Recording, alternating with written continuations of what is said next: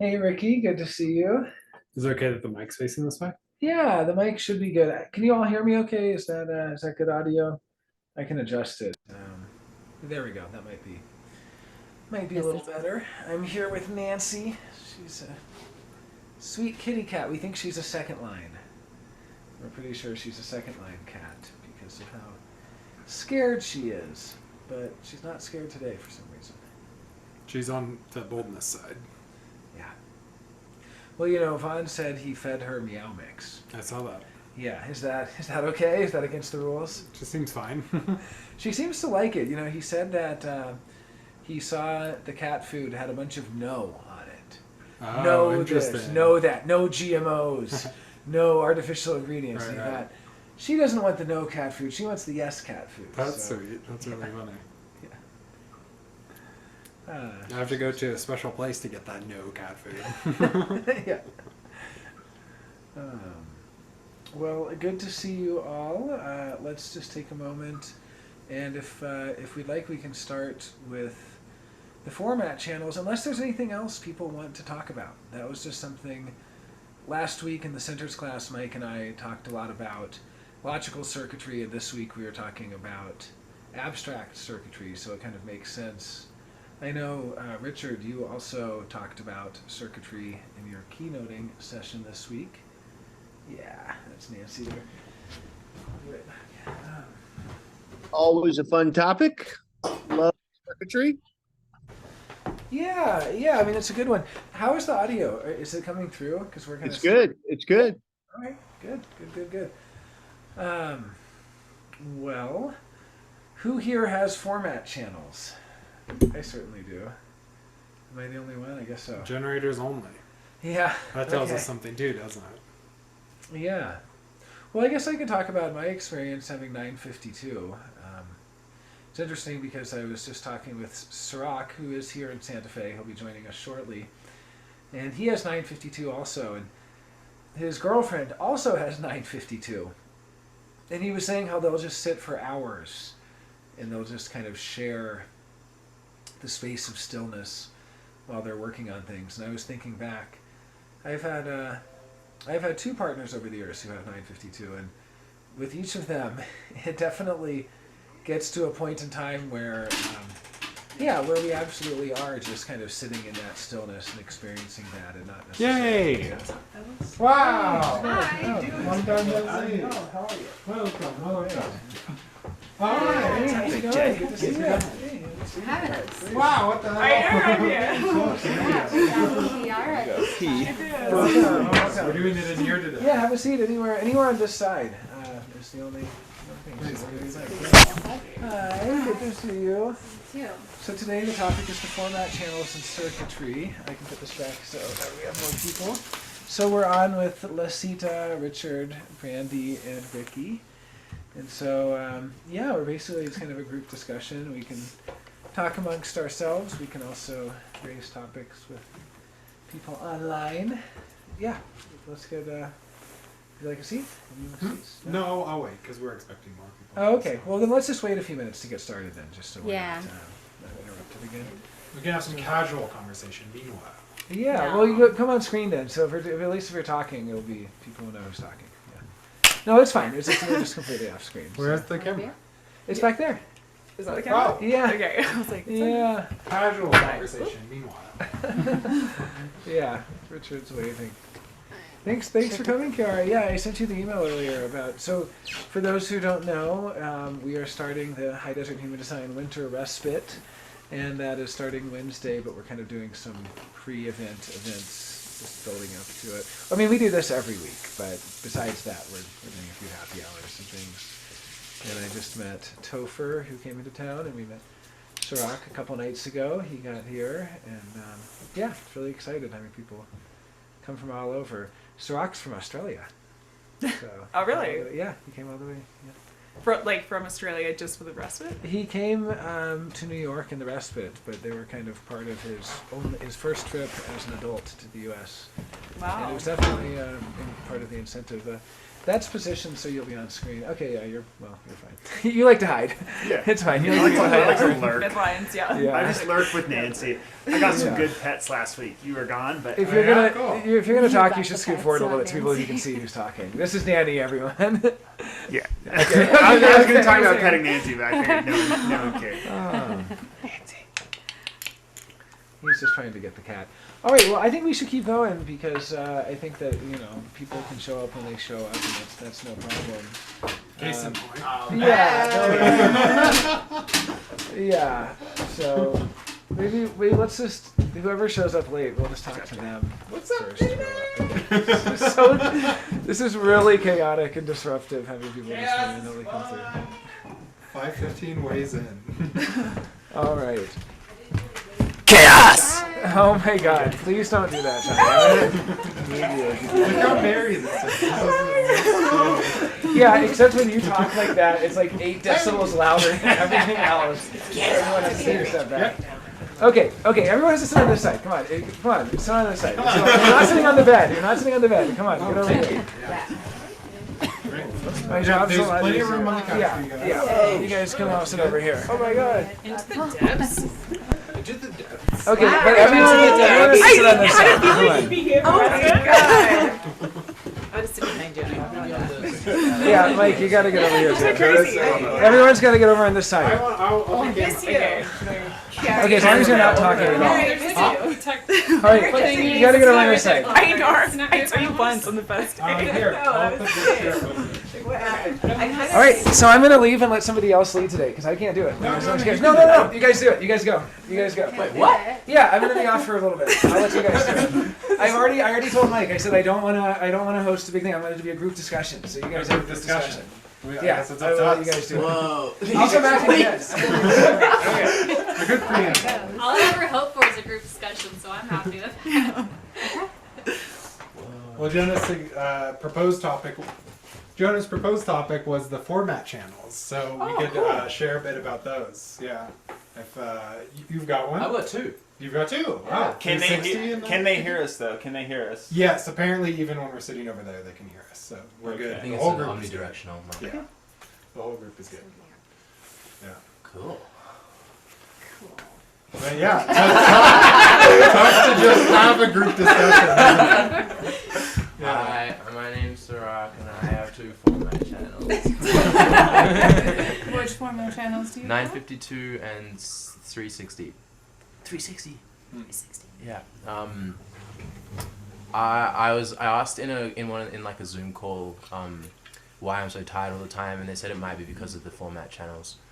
So because like the pulse, like the on and the off thing, and then having 952 as well is like I need the pulse to be on and the situation to be stillness, and like something that I can concentrate on for a long time, and then the pulse also has to be on for me to like go into something, because it's like if a channel equals a requirement, having two format channels is like you have two very fundamental requirements where like you need to be creatively driven by the thing that you're about to do, and you need to be able to know that you can concentrate on it for a long period of time, like be in stillness with it, in my opinion.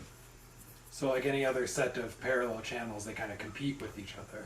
Yeah, it's almost like so if you think of a saw wave. Does anyone know what a saw wave looks like? It's like a square wave. Sorry, a square wave. It's basically like a flat line and then like straight up and then another flat line and then straight down, like an equal thing. I feel like that's how I view the 360 is like a saw wave, like a square wave, where it's like off and then on and then off and then on, and then the 952 is basically just this constant just line, and then the 9 is like taking in all the details and like adding to the line and like finding this fits with this line, this fits with the line, this fits with the line, this fits with the line, and then the 52 is just this thing that's giving the energy for that line to exist in the first place, and then ultimately that line is building towards something, and the 360 is like we could do it now, but we don't have the details. We could not do it now. We're ready. We could do it now. We have the details, and we're ready. So now we can go.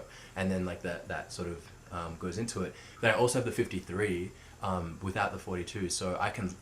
All that is preparing me to start something, and then I can't finish it. I just do not have the energy to finish it.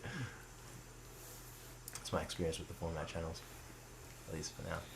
The 60 to 3 is literally made by a square astrologically, so it's funny that it True. resembles a square wave. Yeah. But they're 90 degrees from each other, gate 60 and gate 3. Oh. Do we have any 4253s in here? I have a 42. You have 52? 40? 42. Is 42 the one without? Yeah, it's the, on the sacral.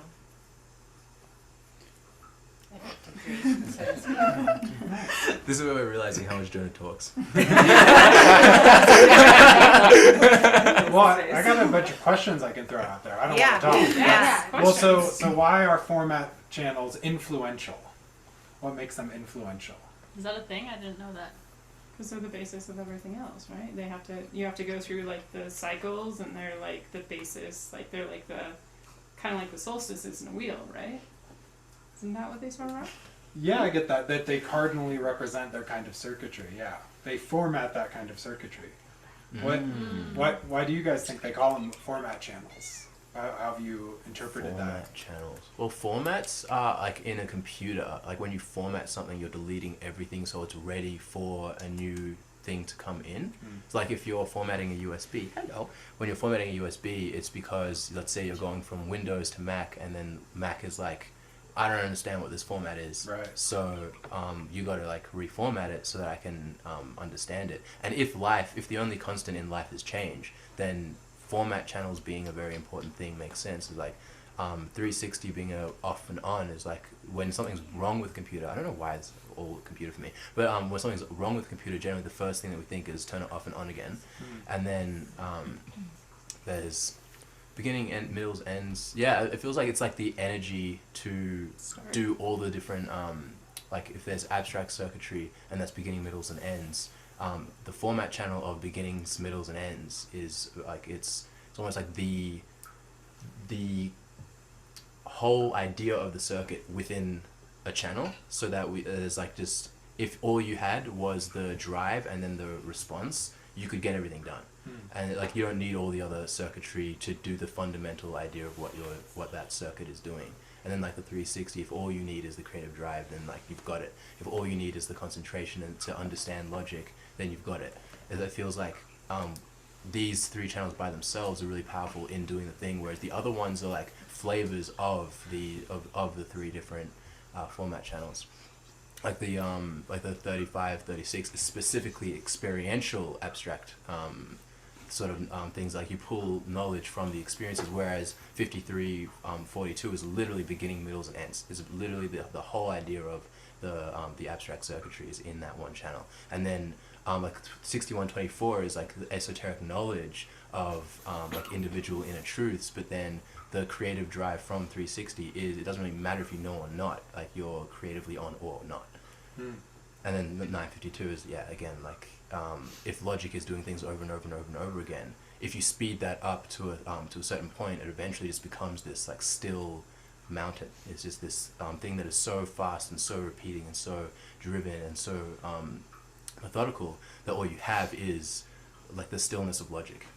So you said it's still a mountain though, so like the peak of the mountain or the ascent of the mountain? Well, just the mountain itself. Just the mountain itself. Like it's, if logic is a what's it called, like, oh, you know, what's that painter or that the artist who like drew a hand drawing itself and the stairs. MC Escher? Yeah, MC Escher. Yeah. Yeah. If logic is a mountain that is like an MC Escher mountain, then that's sort of what I'm envisioning, where it's like there is movement within it, like the idea of it is movement, but then the actual thing itself is still, because it's just, like there's no need for physical movement of the whole, because within it the whole there's movement in the logic. Yeah. Infinitesimally small movement. Like Yeah, atomic scale. yeah, Like, yeah, and conceptual movement. So those channels by themselves explain the entire circuitry. I feel it's like the fundamental. It's almost like relating it back to music. if you really wanted to make like old like Nintendos and old school devices, the way they do music is they use 8-bit music because they don't have the whole frequency range. So if you wanted to make a cover of Bohemian Rhapsody and you only had access to the format channels, it would sound like an 8-bit version of Bohemian Rhapsody. If you were to live like a life of I see. like, yeah, it would be instead of like, if you think of format and fundamental as like the Right. ideas, it's like you just have the fundamental frequency so you can get the idea of it. That's great. It can support the rest of the circuitry, Yeah. the rest of the channels in the Yeah, circuitry. it's like a demo. It's like a really good demo. Cool. Yeah. The foundation. Mm. Nice. So what does 952 tell us about the foundation of logic? Well, it's interesting that all the format channels go through the sacral. Right, At the yeah. beginning of each Mm. Only circuitry type generators can have one. requires, Yeah. That's interesting. And that says something, you know, because when we talk about influence, it's not just influential in terms of the collective project of all our channels coming together, but also influence in terms of format channel generators supposedly having really big auras, and auras that really reach everybody in the room, right? Maybe we're not big, we're just the basics of it. Developing. We're just the fundamental part that's needed for everyone else. Like, maybe we don't have to be as big, maybe we're just there to just spark it, like he was saying, like the infinitesimally small movements. Like, maybe we're just there, we're just exhibiting that all the time, so we just have that in us, and like, Has anyone ever been to a party or like gone out and then sort of had a like you've gone into the space, and being in the space you have like all this energy and you know it's like just from being out, and then you leave and then you no longer have that energy, and you know that's just because you're not out anymore. I feel like that energy that like we don't really know what it is, I feel like that's what the format channels are. Oh. Like the format channels are the energy of just being out, where it's like you don't know where you, because it's like it's an energy to do. It's like a fundamental energy of all the things that like of the logic of collective and individual circuitries. Like all of that sort of energy is there when you're out, and then you have like details of other things based on the people that you're around, and then so I feel like like format channels out, or format channels like what they I don't know what the reason it's like a sacral thing, like because sacrals condition everyone, like sacrals condition everyone that's not sacral. I feel like the reason is because that those format channels are what that feeling of being out. do you feel like it's being out with the expectation that you come with going out, or just do you think that that matters? Like, the feeling of going out, you said usually there's an expectation tied to that, so like, is there an expectation in the format channel to you?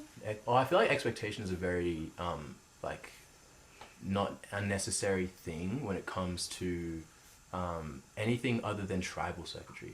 Okay. Because an expectation to do with energy, like so in my experience with 360, I've had to learn to not expect to want to do anything, like want to create anything. So I haven't really made music like for ages, even though I love to make music. I haven't really done anything creative because I'm just in so many new environments. So many, I can't. There's no point in me touching reasons, but yeah, I feel like the expectation should be completely removed from format channels, because like an expectation with 53 to start something means I'm going to start the wrong thing, because I'm doing it from this place of like I'm thinking, and I'm like, all right, I've got to create this thing, and I know that I can start stuff and blah blah blah. But then if I just find myself starting something, it's because the energy from the root has just decided that it's on. It's like decided that it's ready, and it's like going to create something naturally. It's the same way that you can't expect if you are in a wild jungle, you can't expect when things are going to grow. Especially if you have no access, like you're not the one watering it, you're not the one like conditioning the place. You're just there, like and like you're watching it. I feel like that's the same thing with the format channels. Is like you're sort of watching them happen. You like in the same way you can't control the people at a party. You can't control the people when you're out and you're experiencing that. You're watching the jungle, and the jungle is just going to do the jungle thing. There's nothing you can do unless you're like a multi-billionaire, and then you really force, the Amazon dying. I have a couple of comments. Yay! Sorry. Yeah, I just so just my only comments there are, In terms of going out, as we know with the Penta, that's the experiential side of the Penta. I would say that going out is getting a new experience. And so that is more about the 4253. Our 952, I mean, you can imagine a 952 who spends their entire life in a room, you know, decoding messages or something. I don't know. And then the only other point is that when it comes to expectation, I tend to think expectation has to do with the spirit, the G center, but also we know that the keynotes of the signature and the not self theme of the reflector have to do with expectation. And it's because the reflector can be universalized in the sense of understanding all of our openness in terms of expectation. That's where we're surprised or disappointed. And when you have the expectation, you're disappointed. And when you're able to curb that expectation or have a healthy expectation, you can be surprised. So I definitely think expectation is something that is ubiquitous in every channel. It is possible to expect things and be disappointed when they don't happen. I mean, I guess the format channels probably have less expectation because it's impossible. Well, I guess it's possible to be a wide split across the format channels. That's where I see the most expectations, the wide split. So the expectation that something should be a certain way. You know, people should sit still. People should focus. People should be able to start and finish things. People should be able to handle chaos. Like these expectations about what life should be. And sometimes being disappointed that they don't come true in that way. But yeah, no, I see your point though about, I mean, I from just kind of what I heard, the format channels do have specific qualities to them in that they do really color everything else about that person. And so like with us, with our format channel of concentration, it's not enough for you to think about things nobody else is thinking about. You're sitting in concentration on them with your 6124 or right, all of your channels are kind of colored by it. Like you kind of have to string those keynotes, and he's really concentrated on this, like, and he's really determined. It's, you know, a design of determination, which is part of it. So for me also, I have the 2946, and I will be having new experiences, but a lot of those do have that focus and stillness. It does kind of take over. So. Yeah, and then I guess there's the question of what happens when somebody has multiple format channels, which I've seen, and it seems like it can really cause a problem where each one isn't able to operate cleanly because the other one's interrupting it. Like normally, 952 will go over the same things over and over and over again, but if you also have a 4253, new things are going to come along, right? So, yeah. Yeah, so anyway. Another classic Here, come on the screen if you're going to talk. Yeah. Another classic example of that being illnesses, right? Because they have their own style of dealing with illnesses or whatever. So that's like an image that you often give to people. Right, that a 4253 is going to have an illness once in their life. Beginning, That's a journey, middle, my end. healing journey. Yeah, they go through their healing journey, beginning, middle, end, then they're done. A 952 might get seasonal illnesses or illnesses that recur, and then oh, what's going on here? I guess just a way of seeing more. All right, guys, you're getting a little. You're getting. All right, Johnny to the rescue. Johnny the 2-5 has now put the whole room in perspective. So there was a comment from Ricky. Did anyone read the comment? Michael, you mentioned the square aspect. I wonder if anyone has mapped out aspects between various gate and channels. So the square aspect between the 63. Yeah, I think people have done that. I know I talked to Richard about it. He was working on that with Randy recently. I know that the two of you are doing that. I have a spreadsheet that I made some years ago that has the angle degrees of every channel. Nice. So if you just look through all 36 channels, you kind of see, oh, these are 90 degrees apart. Oh, these are 180. Then there's a bunch of seemingly arbitrary, seemingly random ones. So yeah, absolutely. It is an interesting area of investigation. I don't think there's much to generalize from that, but definitely something to look Other at. than with squares specifically in the incarnation. Yeah, there are squares in the incarnation class. Yeah, I'm happy to post that, Ricky. I'll share that in signpost on main. So, but anyway, I want you all to keep talking. My goal was to have a discussion group this time anyway, so it feels like there's a lot of good discussion to be had, and I think format's a good. What about when you only have bracket. half of the format channel? Yeah. Classic situation. You can get a lot of cabin fever, right? You can Cabin get fever. or just a lot of root pressure that's not able to go anywhere. So it's like this untapped fuel that can make you feel like cooped up and sweaty and restless and kind of needing some outlet for that. And I think that's true of all the root channels, but that's especially true in this case. And we have the 9, I'll probably say that. You have just the 9, you're saying? Just the 9. Oh, I have a hanging 52. So Yeah, that's Mike has good. just the 9 also. Yeah, we need like hanging gate format, study groups or something. All the 9s and all the 52s come together. So. Hanging 52, and I have ADD, so maybe that's why I can't focus. Maybe if we come together, we can create great things. Create the basis for everything else in life. Kind of interesting that like 53, 42, and 952 are both collective, and if you have one of them hanging, it's almost like you need the collective to actually function, like make this part function, like make the like 2 of the 3 format channels are collective, and then the 1 is individual. So it's like the individual's going to like there's a mutation that then comes to the collective, like eventually through. I don't know. Yeah, I don't know. I just thought that was interesting. The 2 of the 3 format channels are collective. If you have one hanging, it would imply that it's sort of like you have to just accept that teamwork is necessary for that aspect of your chart. That inspires a very difficult question for me. Ooh. Why does a penta not have format channels? Why does a penta not have root? Right? Yeah. Why is that? Penta has what? Throat. G, throat, and sacral. The G, channel's throat, going from the sacral all the way up to the throat via the G. The Pinta doesn't get stressed out. So true. True, yeah. Because it's Not insulated in the worried. It's center. not under pressure. Yeah. No pressure on the penta, that's true. It just needs direction and love, huh? No awareness. No. Yeah, that's true. The Penta is it's very limited. Yeah, true. Because I guess in a penta you are a generator. Like the group is a generator. So Yeah. no matter what. So like all you need to worry about is response. And that's sort of what you experience in a group. It's just like, oh, do you want to do this? Do you want to do this? Should we do this? Blah, blah, blah. And then like, oh, why don't we try this? And then it's basically just direction, love, and like talking about it. Is that So why I'm you- so uncomfortable in a penta?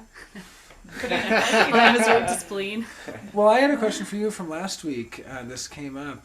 Ross said that if you have a defined spleen, but it's not connected to the sacral or the throat, it's like having an undefined spleen. And the example he gave is that you can be stuck in a conversation with someone for hours, trying to get out of the conversation, completely cornered, and unable to leave. Well, I don't understand why though. Because there's no connection to the throat, so there's no direct action, there's no connection to the generator, so you Right, can't right. respond to leaving. Oh, there's a bird, let me get out of here. You can't Right.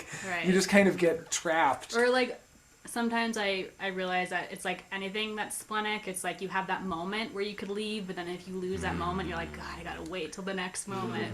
Well, and he said Yeah. it's very similar to an undefined spleen also in terms of what they respond to for health things, that you might respond to homeopathy or to other things that might help the spleen work because it's not really working connected to a generator, sacral, connected to a throat. It doesn't have its outlet. It's only connected to the root. So it was just interesting that he said there's a couple cases where the defined spleen operates like an undefined spleen, and that was one of them. That's So I interesting. just wasn't sure if you'd experienced that, but I've definitely seen you trapped in conversation Yeah, I for feel like- Oh, hours. yeah. Like, Happens to me a lot. you get really Yeah. trapped in I think convo, well, 22 and being quad right too, people just like, they're like, oh, they're really listening, like they're really taking me in. And projector, yeah. although being quad right, I actually never really know if right variable is listening. I mean, Ra lectured to a bunch of right variable mind people. He said it was like lecturing to the ocean. Like they weren't taking Yeah. notes, they weren't leaning in. Woo, tell me more. I mean, I came in and Mike is like, like he's like very interested. Yeah. Quad left here, so he's like very like pattern matching. Oh, that's an interesting point. But quad right, you're kind of like, is it is something happening? Is it Swallowed happening? in it. Yeah. I never really know if it's Nobody happening or not. cares. You probably did when I put the chair right here too, because then that like blocked your Doesn't exit matter. too. Yeah. No, I always film like the edge. It's true. Yeah. So there's an interesting comment from Nancy. She says that Alokanand Diaz said the format channels are enslaved to the Penta. So that's an interesting idea too, that the Penta has some sort of dominant capacity to kind of... It is true that, I mean, whenever you enter into Penta, suddenly you're not really making a decision as yourself. The group is just making a decision and you're kind of just going along with it until you can get out of the group somehow if you're able to. It's hard to escape. But yeah, it's an interesting idea that anything that's not in the Penta, I mean, I don't know if it's just the format channels or if it's just anything not in the Penta is enslaved to the Penta. You know, And, that like, the Penta makes the important. Today I was texting Kiara at a coffee shop, and we were talking about like, oh, do you want to do this? Do you want to do that? And I was like, I don't know anything right now. And then like an hour later, I went home, and I was just so clear about everything, and I was like, wow, like it was such a strange experience, but I think just being in the public aura and taking people in and not realizing it, and how I couldn't make sense of anything until I was out of it again, you know? Yeah, And it can just be yeah. confusing. Like, you don't know what's going on. It's just confusing, and that's it, you know? Or the worst is if you're in a Penta that's trying to coordinate with another Penta and you have multiple groups and they're trying to coordinate with each other. I don't even bother with that. I just say, our group's going here, this is what we're doing, like, because it's impossible otherwise. It's like two things without a brain, without a mind, like without any coordinational ability, both trying to make a deal. And they both like have this like innate, it's like dodgeball or something. They're like, we won't give you this person unless you give us that person. Like, we're not giving up one from our Penta until we, you know, they kind of duke it out. Yeah, it's like a draft. It's like a draft. No, we did that. I remember it was the last day of HDHD, and we were all hanging out at the break room just a couple of years ago, and it was like that. Like the Pentas were trading, and we're like, okay, we'll trade you Mike. If we go. Yeah. Like Mike's top pick. Okay, he's top draft pick here. Yeah, we definitely had some fighting over who would be in what group. So. Could the Penta be unidirectional if it had the form? You know, like that. Maybe it's because the formats would make it not unidirectional. I don't know. Maybe so. I mean, yeah, the Penta's going in its direction of acquiring material resources. And, Yeah, like it would be too grounded. I don't know. yeah, it's an interesting question. What would the Penta be like if it had more centers? You know, what With- would With the WA though, the only format channel they use is the 360 for the WA, right? Yeah, and the WA is not a transoric form. It's a programming matrix. So it's a little bit different in that it's something that we kind of fit into, but it's not like it exists like some beast. It's a Some device. invisible beast. Yeah, it's something It's that a it device functions. or a tool or a Yeah. technology or something. It functions, but it's not living, really, in that way. So. What do you mean by that? The WA? Yeah. Well, the WA is a programming matrix where anytime you're in a big group, I mean, once you get more than a certain amount of people, we're probably in a WA This now. is a wall, right? Yeah. Once you get to a certain amount of people, you just take on certain roles, and you take on certain. There's just a matrix that's sort of archetypes that are slots to be filled, you know, and people act very differently in WA situations than they do in Penta situations. Multiple Pentas can be competing in the WA. One of the favorite HDHD events is Trivia Night, where it's not individuals competing. That would be boring. It's the Pentas competing. And so we have 3 different Pentas fight. Like, we only allow, the minimum group is Penta, and the maximum group is Penta. So they're groups of 3 to 5. Like, you know, we don't allow a 6-person team or a 2-person team. And that's by design, because it gets really good when the Pentas are fighting against each other. It's like Family Feud. It's great. So, yeah. How's Nancy doing? She's so happy now. Yeah, she's been great. Danny's her happy place. Yeah. 2 weeks in a row. Yeah. Well, let's have more of a group discussion. If there's anybody, I see we have a number of people who've joined the Zoom online, or if anyone here has topics related to the circuitry or format channels. We could also just go into relationships by circuitry. That's always a fun topic. Like individual circuitry people being like, you don't listen to me, you don't hear what I'm saying, you know, or the collective people being, really concerned with how it looks. How does this relationship look to other people? It doesn't look right. I mean, you were dating my friend, and now we're dating. It doesn't look right to the public. Right. What will people think? Right? There's all these interesting aspects of relationship by circuitry. So Ashley has only individual circuitry. Now that's going to be an interesting thing but it's not just the self-caring integration circuitry. We looked at caring last week and we saw 2838 actually does care about other people. It cares about people. I also have 27. That's like my earth. So. Okay, yeah. So you also have tribal, but just talking about your life force energy, your Yeah. actual definition and what gives you your type.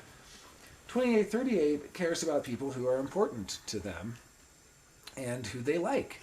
If it's right? convenient for me. Yeah, if it's or if it's if it's something you like, if it's someone you like, Yeah. you don't stop liking them for no reason.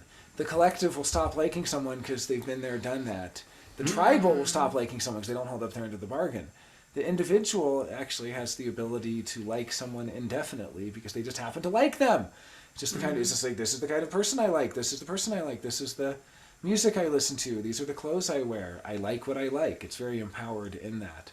Yeah. So, so I do wonder about then being in relationships with people, you kind of bring your circuitry, they bring theirs. I feel like as long as someone lets me be myself, then it's a successful relationship. Because I've been in relationships where it's like I was breaking rules or something of like their expectations of you should be like this, and so that's really difficult for me. I realize in relationships, like I think probably as individual circuitry, And probably also tone of voice. Like I imagine someone yelling or having a negative tone of voice. I've heard from people with individual circuitry that the actual timbre of the voice talking to them, the acoustic thing, is so important. You also have 22, of course, so 12, 22. Who can you listen to? Who do you want to spend your life listening to and talking with? What acoustic environment do you want to be in? Even if somebody's really nice, they might just talk to you like this, and it might just be really annoying. Or I don't know. I'm trying to do a voice that would be obnoxious, but that's a thing, right? People do talk in a way that just kind of makes you flinch. And if you're flinching when that person's talking to you, it's probably a sign. So, well, I have only collective. I have only collective circuitry, and so I guess that's the superficial line, right? That's the kind of, how does it look? Oh yeah, we'd be a great couple. We would look great together. Like I can imagine us walking the red carpet, all the photos. Oh yeah, this will be a great relationship here. Base 2. Yeah. With base 2 flavored in there. Maybe. Kara's like this non-collective. She's like, I would never think of that. Yeah. So what circuitry do you have? I just have tribal and individual. Yeah. So how does that play out for you? I mean, you have to like how they smell, the tribal thing, I guess. Yeah, it's true. Like, Yeah. I could have a bond with someone online, but then if I like met up in Aura and I dirt like how they smell, it's like it's done. Yeah, it's Like, over. sort of like, In all fairness, that's true for me too. I mean, and that might just be a people thing, but I see what you're saying, and that there's a certain need. I mean, I guess you could keynote that as needing to support each other without. I mean, that's kind of a little bit contradictory because tribal can be so controlling. So much of the tribe is controlling, and individual is so much don't control me. So there's like a little bit of a dichotomy there of finding the person who will support the needs, but also the needs to not be controlled, right? It's kind of like a tribal person who's open-minded. I'm a recovering tribal person. I don't. I used to control, but that is part of it because tribal sexuality goes to the ego, and it's so much about controlled touch and what you can and can't do and what you have permission to do or not and who you can talk to. And I mean, it's exhausting for me as someone who doesn't have that tribal. Yeah, and your channels are very much about that. yeah. And it's exhausting for me because I just have synthesis and community. So I have just the. Oh wow! So you have the visuals. tribal Yeah. sexuality. Yeah. That's they call it ego sex. Controlling and jealous, and I'm like, wow. Where did that Crazy come from? Yeah. Yeah. Well, but it's all about the bargain and what you agree. So you can be like, okay, here's the deal.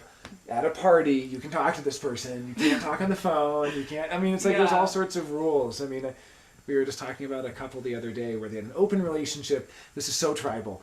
The other person had to talk for a month with the potential third person before any sex or anything would happen. And that's so tribal. I'm like, why do you even have the rule then? Like, what is this rule even about? But it's apparently it's seeing if you can trust someone, seeing if they're trustworthy, and if they support you, right? Well, if they're, So- if they're tribal, then too, then it's like, can you be a part of the group, right? Can you be a part of who I am, like who my tribe is? If you don't fit into that, if you don't smell right, if you don't say the right things, like you can't really be a part of my group. And so, No, it is true that the 1949 is weirdly future-looking for being on the solar plexus side, which we kind of associate with the past. It is like, can I have a future with this person? Is this somebody I could build a life with? Is this somebody... Whereas the collective is just, is this somebody I could go on a vacation with? Or is this somebody I could have an experience with? So the collective sexuality is much more open. I mean, collective logic, I guess, can build a life with somebody. But yeah, that is interesting to be... So you have only tribal sexuality, and then what is your individual channel? Initiation. Oh, okay. Oh, wow. So Mystical way. single definition. You have quite a bit of the mystical circuitry there. You have 6 of the 8 gates of mysticism. So that's great. So it is kind of, it tells a story a little bit. So the story of building the family, finding your place in the group, being a part of it, and then also going your own way. Something Mike pointed out, which was really interesting in our class today, where we talked about the 3740, is that 40 is the gate of atheism and the great gate of denial. And so it's always questioning or saying no, like, am I in the right group? Is this the right place for me? Is there something more? Should I believe in God? I don't know, right? It's kind of it's this interesting stopping point in the mystical circuitry.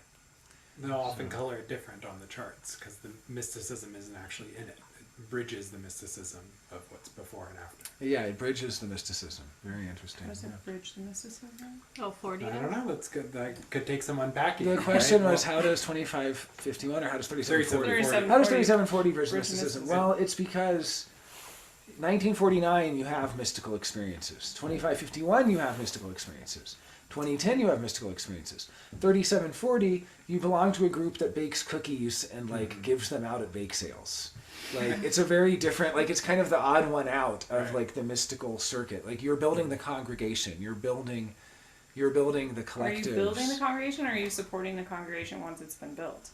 If You're building. baking No, you're cookies, building it. temple, You're building it. You're building it. I don't Okay. think that the 1949 builds it. I think the 1949 is like, no, I think 3740s are the ones like, let's band together and do something together, guys. We're all doing our own separate things. If we came together, we could unite Right. and bring together. So I see it as very much building the temple or building it. I mean, you know, it's There on isn't its way. 37 literally a temple?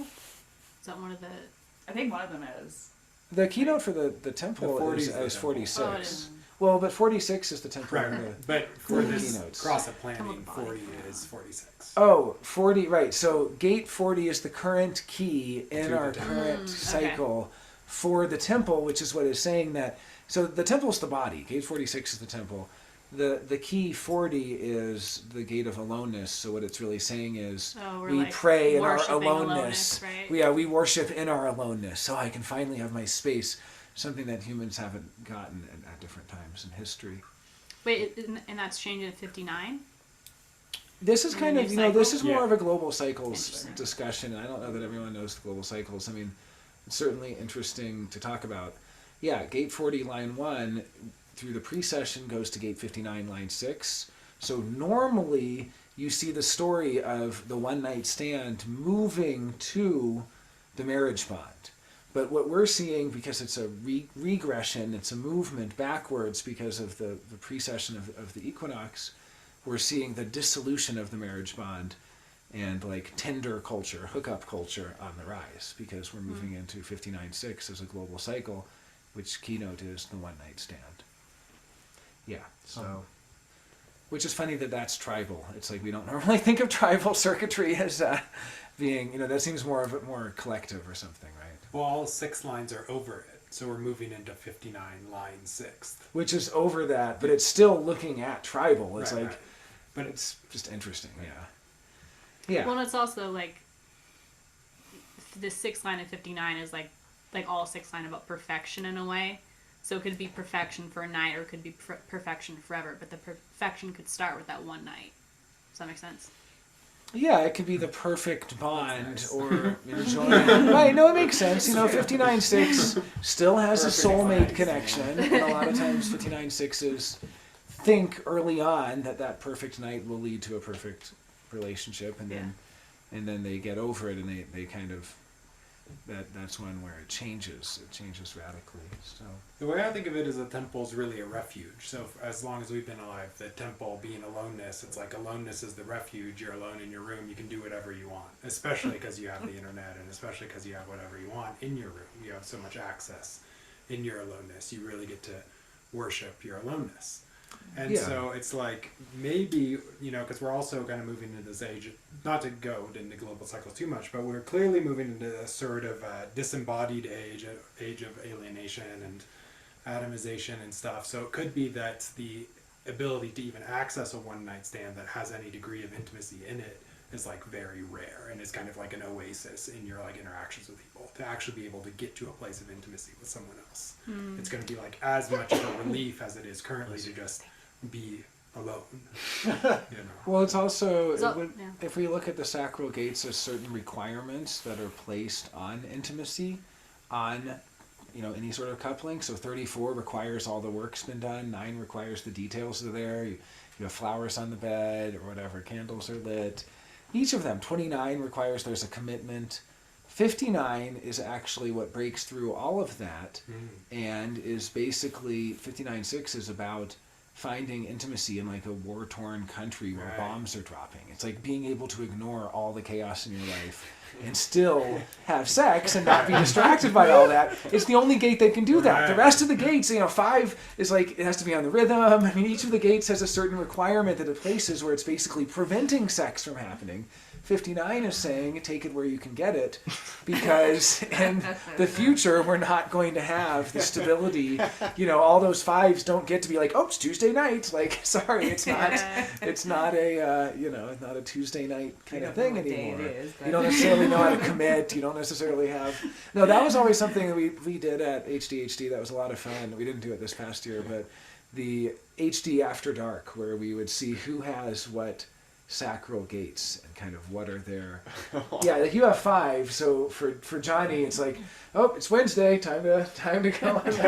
He has his he has Wednesday night, oh, you're in a good mood, it's Wednesday. Yeah, Rachel and I and Lindsay had a lot of ideas about this, how we wanted HD After Dark to go. I think maybe next year we have to make those happen, because there was a lot of really good ideas. What's going on? I don't remember them at the moment. I know it's going to be legendary. It's going to be completely legendary. I know there was a thing with like 35, 36s, and did you have the best sex of your life with those 35, 36 connections? And there was like a few other things that we were trying to pull out there. Some eyes wide shut stuff. Can I bring it back to the mysticism thing? Yeah, sure. 59. The 3740, like, why is that the bridge for the mystical circuit? I just had this like strong vision of Harry Potter, and how like he's an individual, and then he's taken out of this situation by someone in the tribe of the magical, mystical sort of life. And then it's like it's required that the tribe is there to be able to pick the people that are going to have those mystical experiences. And then like throughout all the movies, he's collecting his like army to then fight this sort of situation, which is himself, because it back through like in the individual sort of thing. I feel like the journey of the mystical circuitry is like being really specific about who can even touch you, and like what you want, like what the bargain is with the people that are involved through the 1949. And then it's like, can this person handle more people? And then like, because the mystical situations probably happen by yourself a lot, but then they also might happen in environments where there are lots of people. Like mystical experiences can only happen to individuals, like within a bunch of people. Only let's say 1 out of 100 people can experience something mystical. So let's just say as an example, that one person is in some way selected out of all these people that are in this mystical like possibility range. And that's just how I was seeing it. Like Harry Potter had like a destiny for that sort of life that he was in, and then Yeah, I feel like the 40 and the 37 being there is more of a grounding the mystical circuitry, the mystical root in like the tribe, like in the community, because like it's mystical because it's not normal. So there has to be normal in there for the contrast.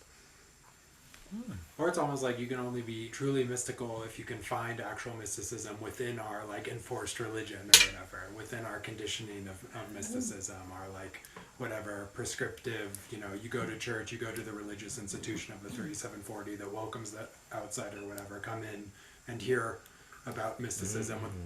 If you can be within that and then still find your own private initiation, your own individual 5125, then it's like that you can continue that path. Because in a weird way, you know, the 1949, even though it's like channel of boundaries or whatever, it's like so panpsychist and so animistic, and it's like there is no institution yet. It's like pure like paganism or whatever.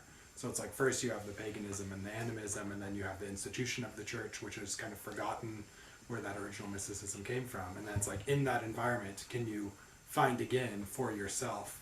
You know, it's almost like it cuts you off so that you can find within. Yes, the hero's journey. It's like you start off ignorant in the environment, and then you like go off, like there's a catalytic event, and then you are facing like a sort of some battle, and like with yourself, and then you like go back to your environment as a different person, having gone through this mystical sort of That makes sense. experience. Teo has lectured about that exactly, the hero's journey in the mystic way. Yeah, I always thought. What did he tie it to? No, he Is that just the the same? whole sequence. So I mean, typically you would kind of see the human experiential way and meeting the crisis and going through the experience, but he saw it more in the mystical way, where the trials and tribulations would be like gate 51. You need the courage to kind of. I mean, you can definitely see a similar. It's kind of a parallel human experiential way. Like the human experiential way, you're meeting the fates and you have a crisis and you're kind of getting the experience and going through it. Very much tied to the story of Parsifal, for instance, which is one of the models of the hero's journey. He's a young man who's wearing a shirt sewn by his mother, and he just works in the farm. He's never been over the hill. He always wants to go over the hill to see what's on the other side. Finally, he goes over, and then he ends up falling asleep and having this grand vision in this forest, where he's taken to Chapel Perilous, and he's tested with all of these things, and he eventually finds the Holy Grail. But then he wakes up and it's gone, and nobody believes him. And he comes back and says, I found the Holy Grail. And they say, oh, you're just a fool. You just fell asleep and dreamed the whole thing, you know. So that is very much the same kind of story of going out in the world, experiencing, and then coming back. And we see something of this in all abstract circuitry. I mean, 1333, you know, we see it in the 1156. We see the prodigal child who kind of returns, all of that. But what Teo said in his talk in HDHD 2022 was really to connect it to the mystical way, and just to see how the trials and tribulations of that circuit, it's fleshed out a little more. It's 4 channels instead of 4 gates. So it is an interesting parallel. Also interesting that there's no tribal format channel. So because we don't have a tribal format channel, I guess we're kind of left with 1949 and 5432, right? We're kind of left with other root tribal channels. And then sometimes the defense circuitry gets compared to format channels, again, in terms of like aura influence. Yeah, so the defense circuitry can be kind of an alternate format. So it is interesting, we have the 3 format channels, but none of them are tribal. And then we have these kind of secondary formats, like the defense circuit is kind of like a secondary format. Or this mystical way we've been talking about does very much, I mean, it's not the same thing. It's not like if you have a 1949 in your chart, it'll dominate and color every aspect of your chart in the same way. But it is something like this energy, this fuel for going out there and not necessarily having an experience, but at least going through a process. And in that case, it's the process of what is ultimately self-discovery. It's interesting to look at different mystics throughout history and see what they have in that human experiential way.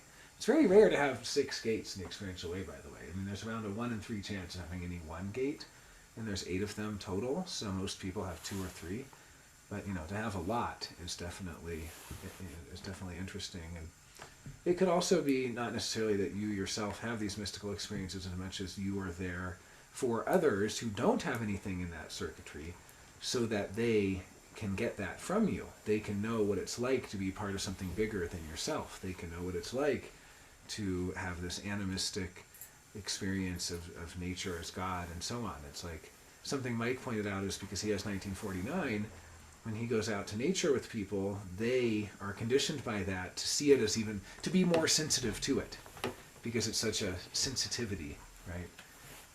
Now, why is it called the channel of synthesis? That's always an interesting question of mine.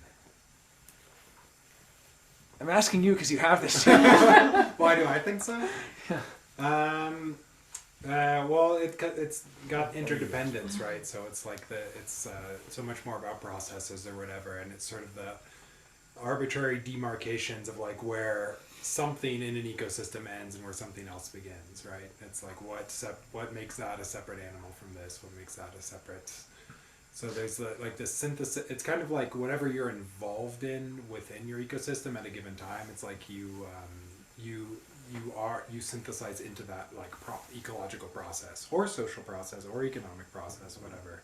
It's about all these like interdependent systems.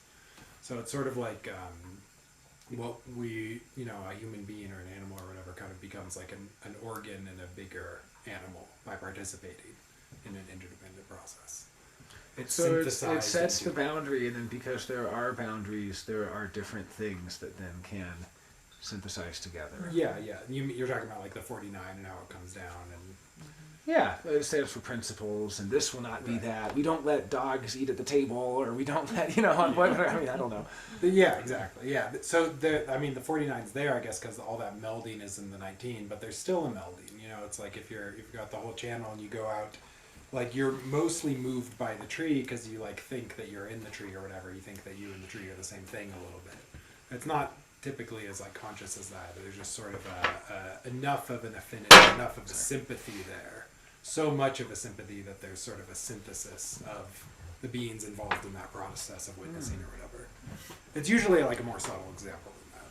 Also, just like a mundane way, 19 is gate of need, and tribal caring is like considering the needs of others as well as yourself, bringing them together. And one of the needs is to be needed. No, I do like that, and I do think of 1949 as the channel of mystical participation with nature. So there is something like synthesis when you think of terms like participation mystique, which was 1800s anthropological term to describe the mystical connection between a person and their gods and the environment and so on. Yeah, it's all made up where something ends and another thing begins, but we have to make those things up, and again it's like we have to put up the 49 partitions and say no dogs in the kitchen, whatever. Kiara, why do you think of it as synthesis or like? I feel like that was such a intellectual way of explaining it. I was like, wow, I've never really thought of it like that. I was just thinking like the synthesis between needs and principles and how those two like meld together. Or, I don't know, the way you explained it. Yeah, that's true. Everyone must explain why Ra named their channels as they named it. Why is it called the Channel of Surrender? Okay, let's. I have my own theories on some of these. But, Could be a good topic though. No, that is a good topic. I mean, it's fun. It's fun trying to figure out. Or if you could give it a new name, what would you give it? Yeah, I've played that game before, and that's a lot of fun. We did that with incarnation crosses, and a lot of those as channels too. Maybe we'll do that for HDHD this year. We can come up with new names for our incarnation crosses and channels. Yeah. I have a list I'm already working on. It's a lot of fun. But, People ask me about the channel struggle. It's so annoying. What's it like to only have the channel struggle? Yeah, you're like, I'm dealing with it right now. You're like, I'll tell you. I wish I knew it wasn't like, it's a struggle, but that's my whole existence. Yeah. A design of stubbornness, Yeah, or it's the opposite of struggle, There's always duality, I kind of wish I had a channel struggle sometimes. Like, I don't, but I do because, like, so much of life is needing to accept that things are going to be shit. I don't think it changes your expectations of life. That's I don't think it changes that at all. I think the channel of struggle is simply the ability Meaning to. requires struggle. It's the ability to persevere and to try again when something doesn't work. And you also see it with 5432, and you also see it with 5818. They try to make it better, it doesn't work, they improve it again, they try again. 5432, you try to do a makeover, it doesn't work, you just try it again. You keep trying to improve your material circumstances. It's the same I always thing. tell people too, I think it's struggle in the not self. Like I really think the name of the channel is for the not self. I mean, kind of. I mean, that's something that Ross said, but also, aren't there struggles worth struggling for? Why is struggle Totally. bad? It's why like there's would- struggle before the meaning or before the purpose or Yeah, but also hero's once journey, you just well from- once you have a sense of purpose, it takes a lot of to write a book is a struggle. totally. I mean, yeah, but it's like the meaningful struggle, you know. to yeah, get the nobody would meaning. write books if there wasn't a channel of struggle. I mean, Yeah. I'm glad it. But for some people, it's not a struggle. They just whip it out. Yeah, but those aren't the. I mean, then it goes back into your design and like living your Yeah, design. the people and, like, who a write different books that way. they don't struggle to write them, Yeah. I've read those books. And those are not the like masterpieces of literature. Yeah. Those books came out of struggle. But no, it's true that not everyone has that channel, of And, course. like, Well, it- 'cause but it's- also struggle. I mean, I think about my life, the early part of my life when I wasn't very conscious about things. I struggled. I didn't realize there were struggles. I mean, struggles to survive. A dysfunctional family where there's violence, where there's alcoholism. You don't see it as a child. You don't see it as. It's just your life, Right. and you're just trying to survive. Right. But you don't even realize that It's a struggle. 'cause it's yeah. just life, right. because you don't know anything else to do. You can handle it. Yeah. Like you're built to struggle. Like, Yeah. like you talk about other things with people and they're like, they lose their minds when you tell them, and I'm like, you're worried about that? You're losing your mind about that? That's like level 1 of what I've experienced versus level 10. Wait, Like, do you Well, also but have there's channel of also- struggle? which do you, is, do you have no. channel of struggle? No. Do you have channel of struggle? Yeah. You Yeah. do. Well, you do. well, You can actually, tell. well, I mean, what is Yeah. it again? 2838. Yeah. I have half of it, but Oh, okay. I struggle in other ways. I mean, And you're always being pulled into struggle by other people. Then people who come along. as a child, it was. But like And even so- being a generator, you're always pulled into it, right? Because you have the energy, so you're pulled into like other people's struggles and other people's fights. No, I don't think generators are pulled into struggle at all. I think there's plenty of generators who don't get pulled into struggle. They get I think pulled when you don't into all sorts of know things. it, you're pulled in. Well, I think that gets into the conditioning. So I'm a manifester, but I lived most of my life as a generator. I didn't realize until I was in my 50s that I was conditioned like that. Because I was always trying to please other people. The whole idea of being a manifester, when I found out that when I discovered human design, I was shocked. I can't be a manifester. Because I always looked to other people to tell me what to do. And so learning that, I mean, other than my authority, the emotional solar plexus, realizing that I didn't have to wait was shocking. That I could just do what I wanted to do. I mean, it took a long time, and I'm still working through that. For me, the struggle was as a generator. Stuff was happening around me all the time, and I just had to respond. And most of my way of responding was to withdraw, because that was the safe thing to do. And it took, decades later to kind of unpack what was really going on. Yeah. Well, for somebody who actually, so I guess in your case, having half of that channel, Ra's son had half the channel, and he got a dog that had the other half, and his son used to play tug of war with the dog for hours, and Ra would smile because he could see that his son's health and vitality increased so much because of that. So really, any channel that we have is a consistent life force energy where Ashley needs to struggle. Like if Be she's healthy, yeah. if she's not actually sweating and going like, God, like how can I get this thing to work, and why doesn't it work, and finally it's working. I mean, that's actually healthy for you. If she's not doing that, then her lymphatic that's the system isn't difference. working. If I'm doing that in a mundane level, I know that I'm just in my mind, and I have to physically go out and be in my body and struggle. So whenever I'm Sure. struggling with like a computer, that's when I know it's just No, I mean, not self. 2838 can struggle all day on a computer and still burn calories. I mean, the not self struggle is when there's nothing, it's not bringing any purpose to your life. It's not bringing any sense of value.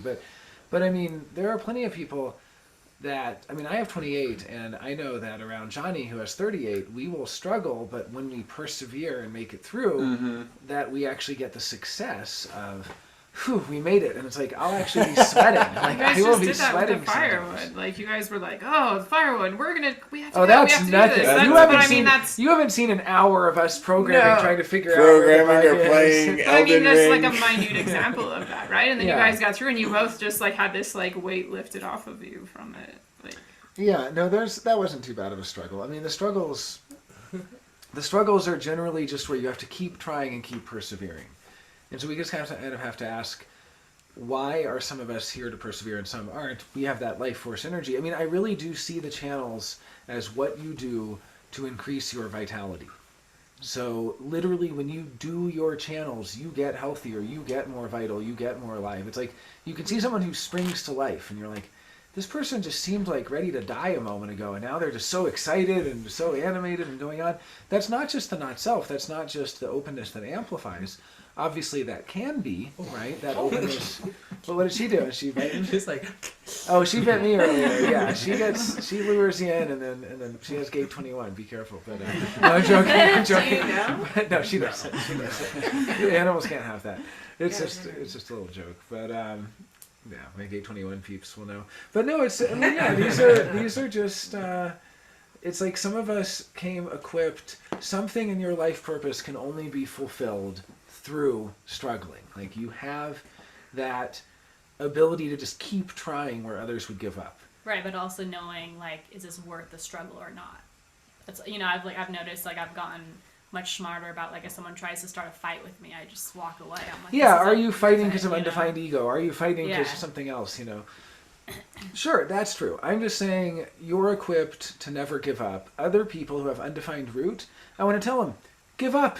It doesn't work. It's fine. You tried the Right. relationship. It didn't work. Try another relationship. Like you don't need to keep trying. You can keep trying the same thing. Try again and try more. I mean, it's love with purpose. So it's like to even be in love with someone truly and to activate that love. It's so important for you that you have a sense of purpose with that person. You're not just in love for the two of you, but you're actually doing something that brings your life purpose. Well, and also I would say that, so I'm almost 60, and I found that I've always been a late bloomer. And so I didn't understand what my life was really about, probably until I was in my 40s or even 50. And so a lot of the struggle that I've been through in my life and the things that I've worked through, like you were saying, it wasn't for me, it was for the people that I work with. So I work in education, I'm a consultant, I help kids prepare for and apply to college. So I work with kids, like I have a lot of hanging gates. And so I experience a lot in relationship with those kids, and I help them to overcome things, or because of my life experience, they see my example. And some of them, when we bridge, they're able to receive from me the wisdom of my experience.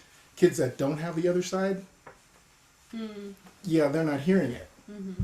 And I've learned to pay attention to that. I do use human design in my work with some of my students. And so when I look up their chart and I know what's coming, it helps me to interact with them. It helps me to know when to say something or when not to say something, That's awesome. whether they can hear me or not. And sometimes I don't know, and I do my thing when I normally do. It's like, they're not having it. It's like, okay, let's back off. So I just find that most of the things that I've struggled with, cool, I've gotten over it, but I've learned that it's really not for me. I mean, I'm living a better life, but it's more for the people that I interact with. To inform them as a manifestor, right? Yeah. I'm informing all the time. All the time. And I didn't know it before human design. And it works really well for what I do. So do you get their charts when you take them on as like a tutor? When parents are open to it, Yeah. so most of my clients are Indian, and so they're open to Vedic astrology. When my clients are Christian, not so much. Okay, interesting. I was an evangelical, so I kind of know Okay. that worldview and whether they're going to be open to it or not. Yeah, we were looking at the interesting idea that if somebody is predominantly abstract, they're not really going to take to human design when you try to prove it to them or present it as logical. You really need to tell them a story that is compelling, that can replace or at least introduce elements of, it can offer an alternate way of making sense of how they got to be where they are. And so you can really tell them a compelling story, and that will grab them and captivate them. Meanwhile, you have logical people, the stories, they don't really go for the stories. What they want, they have all the questions about how do you prove it, how do you demonstrate it, how do you experiment with it, what will happen if I do this? How does it work? Does it work? What is it grounded in? Yeah, as someone with a lot of abstract channels and someone who's pretty doubtful and skeptical of human design, I feel that for me, what was not proven to be true, what my experience of human design that made it seem relevant was my experience with pentas and the formation and breaking of pentas, and that experience is what informed me about human design and made me feel that it was relevant to understand. Otherwise, for me it was just woo-woo bullshit, but seeing the pentas in action, I was like, there is something here. Like, someone abstract circuitry. Like functioning as a unit, kind of? Yeah, functioning as a unit and seeing that pentadynamic play out time and time again. In my experience of the world and my just observations. Jobs and so on. Mm-hmm. Well, and you're a gate 64 sun. Yeah, gate 64 sun, yeah. Yeah, and so that gate 64 is always going to be confused by a flurry of images, and so it's kind of like, here's human design, here's a bunch of images. Oh, crystals of consciousness, there's an image. Oh, and there's these life force channels, and there's these centers, and you just get all these different images. And it's only really when they come together, and then you have a story, and it goes, oh, I see. I was this disincarnate crystal of consciousness that came into this body, and I'm getting to experience this, and here, and you kind of get the story. I'm the passenger, and what happens after I die? Where do I go? I mean, these are all the important things to a 64. Like, 64 is much more interested in what's on the other side, or what's outside of all the stuff people are talking about. These are like really big cosmic questions. You're not going to get Johnny interested in human design by telling him this will make you more satisfied. He's like, I'm not interested in satisfaction. I'm interested in what's on the other side of the edge of the universe, goddammit. Like, I'm trying to figure out, like what is the boundary here, and where, and what does it mean? That's the great question for the abstract. What does it mean? Whereas for logic, they just want to see, does it work? How does it function? If I do this prayer, is Buddha going to appear? I mean, he better, because he said he would. If he doesn't, I'm not going to believe it. It's like, there has to be a... And is it repeatable? Cause and effect. Yeah, is it repeatable? Can I then take this to somebody else and have them repeat it? We have a couple comments here from Marissa. She said, 28 and or 38 can be deaf, and also it's in the third quarter, so under the umbrella of bonding and relationships. Well, that would be gate 28, right? So yeah, that is interesting. Being about that is an interesting point as well, that we don't normally think of 28 in terms of bonding, right? It's individual, but it is a love gate, so it's an individual love gate. And yeah, the deafness being kind of what happens periodically when it needs to be deaf to remain true to its integrity of its purpose. It's like Martin Luther King Jr. had 2838. He was deaf to people telling him he shouldn't protest for civil rights. I mean, Gandhi had 2838. He was deaf to people telling him that India shouldn't be free. Like, it's deaf to those that would disempower it in its purpose. Deaf for what's not for you. Yeah. Ricky says she teaches high school. Her students are interested, but she's in a public school with her students, so they're starting an astronomy club. Well, that's cool. I mean, astronomy is very valid and useful, and also engages a lot of that wonder and excitement about the world. And yeah, I mean, that's a great example of, you kind of have to keep things logical, and you have to keep them dry. You can't introduce too much mystical in a situation like that, because of separation of church and state, and it would be accused of being something religious or who knows what, right? But yeah, there's certain logical things. I mean, you can certainly teach and have human design. You don't have to know someone's chart for human design to change your worldview and be able to impart some of that worldview, because I mean, the great example that I go back to is that, you know, Alokanand Diaz did not have his right birth time, or rather, he had his correct birth time, but he didn't have the right chart generated because there was an error in the conversion. And so, for the first year plus of his experiment, he was told he was a different. Well, there weren't types. Yeah. There weren't types at that time, but he was told Doer he's a and non-doer. non-doer. Yeah, and it didn't affect him because he was experimenting with it. So he knew he was a doer. So when Ross said, "By the way, you're a doer," he said, "I know. I already knew that." So if you really are experimenting with it, and somebody tells you you're not the right type or this or that, it doesn't really matter. I mean, kind of what you're doing is seeing the world in a different way, where you're beginning to notice and pay attention to things that you didn't notice before, and you'll be able to tell really quick if you have the wrong birth time and you're told you're a different type than you are. Like for that's some- also yeah. very like 63-4 of him, because I know I have a mental projector friend who's just 63-4, and like they will find the formula. They will see if it works or fits or not, you know. That's a good point. Yeah, And nobody like does have he's that talked channel. about with human design, he's like, I've tried to see where it doesn't make sense, where it doesn't work. And he's like, I've tried. It fits, you know. Yeah, that's what logic's here to do. Absolutely. I think for me though, the human design was more like the quiet truths, not like the things that people were outside telling me. It was the things that were like within myself that I like. That's where I found my, belief in human design. It wasn't the outer bits. It was like the parts that I knew about myself that like maybe I hid or I didn't put out there that were more validated by human design or like explained by human design. And I do have some logical circuitry, so. But Yeah. it was more like quiet. It wasn't like as outer. So I think it could go. Well, both and I ways. think logic is more quiet. I mean, when we talk about inner and outer, I just often think logic and abstract, because the abstract or experiential is very much what happens out there, and it is loud, it is emotional, it is the bright, vivacious world. And logic is something that we kind of have to work out on our own. It's very hard to do a bunch of math. It's kind of like you're out in a group and you're like, just a minute, I have to figure this out. I mean, it's a whole experience trying to figure out the math. It's not fun. Ever try to figure out the check earlier? It's terrible. You don't want to do logic in a big experiential thing. It's you want it to be experiential. Unless it's so well trained that it becomes easy.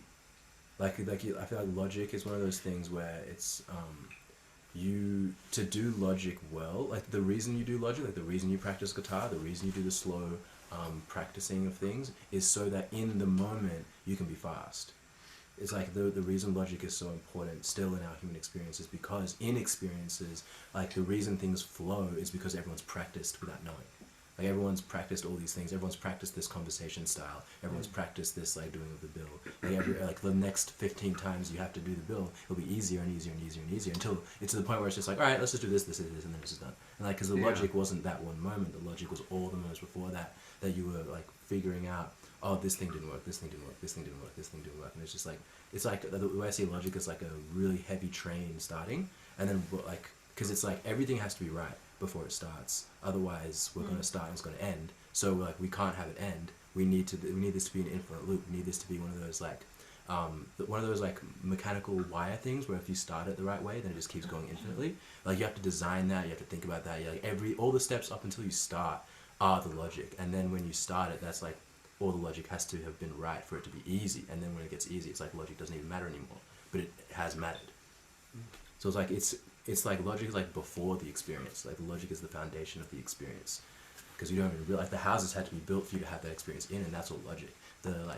The clothes had to be made for you to have been wearing it to feel a certain way about yourself, to then be able to go out and then be confident in this one room with these people who've also had clothes that had like all that sort of stuff is logic. But it's completely not. You don't think of it as logic. You just think of it as I'm wearing clothes and blah blah.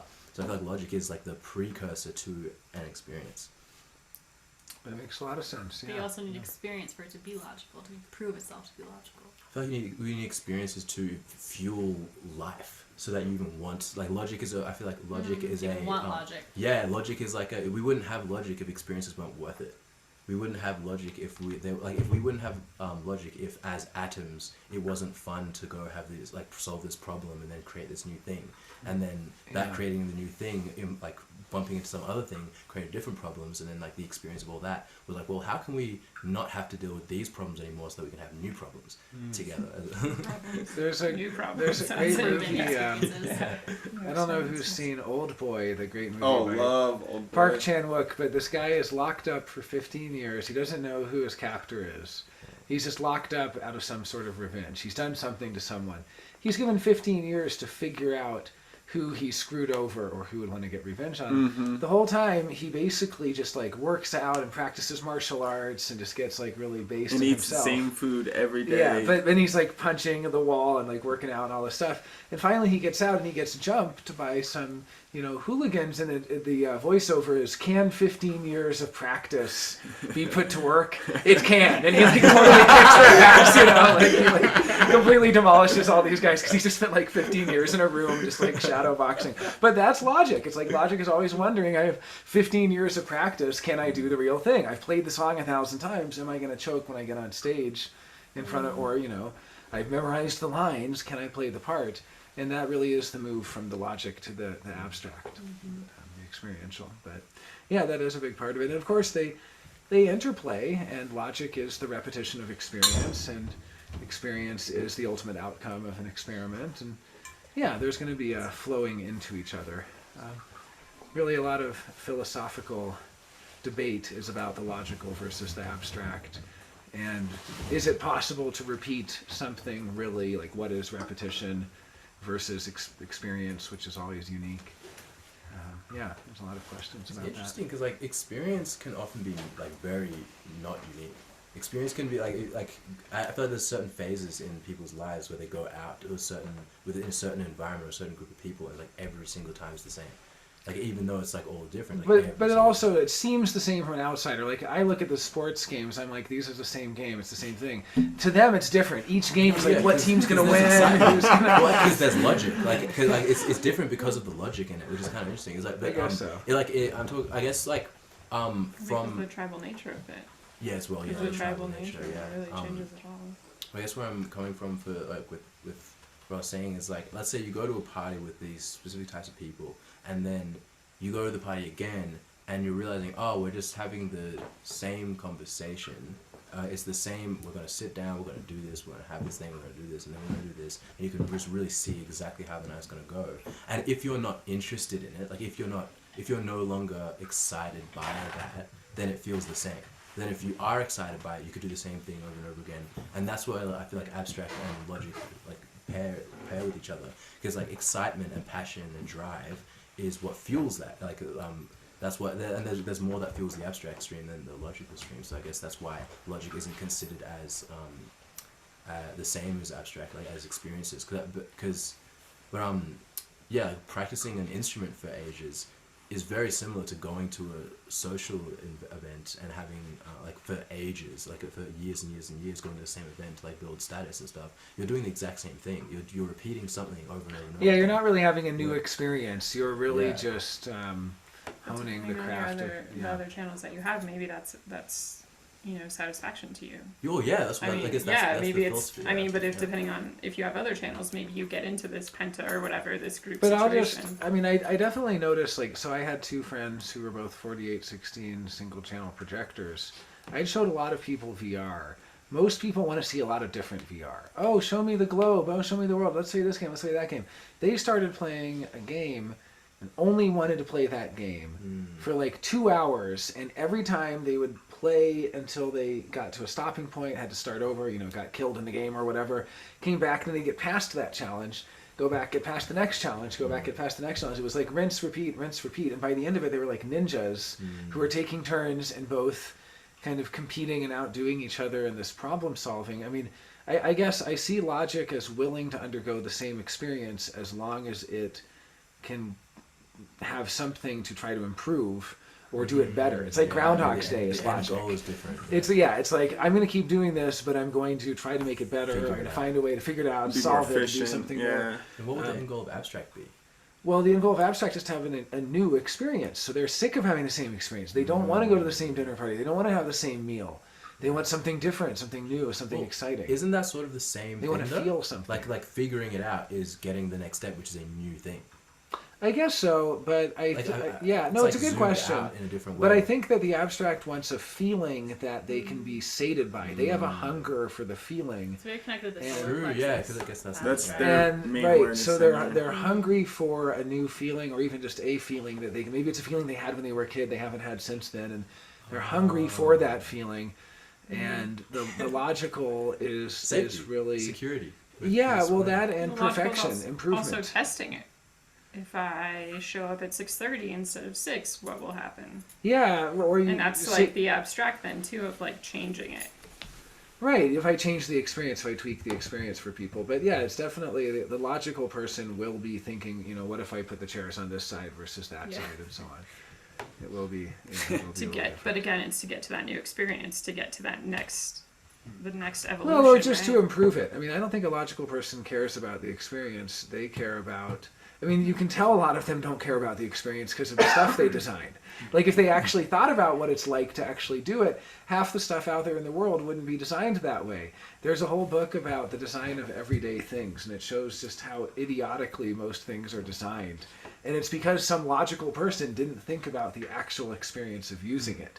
They simply had a criteria checklist of it works if it can pour coffee, but they didn't think about, the handle doesn't work or Yeah. something like that. That it gets Like hot the- or Yeah, something. or just, like they'll design a bus that works. They don't think about what it's like to sit on that bus in the heat and the...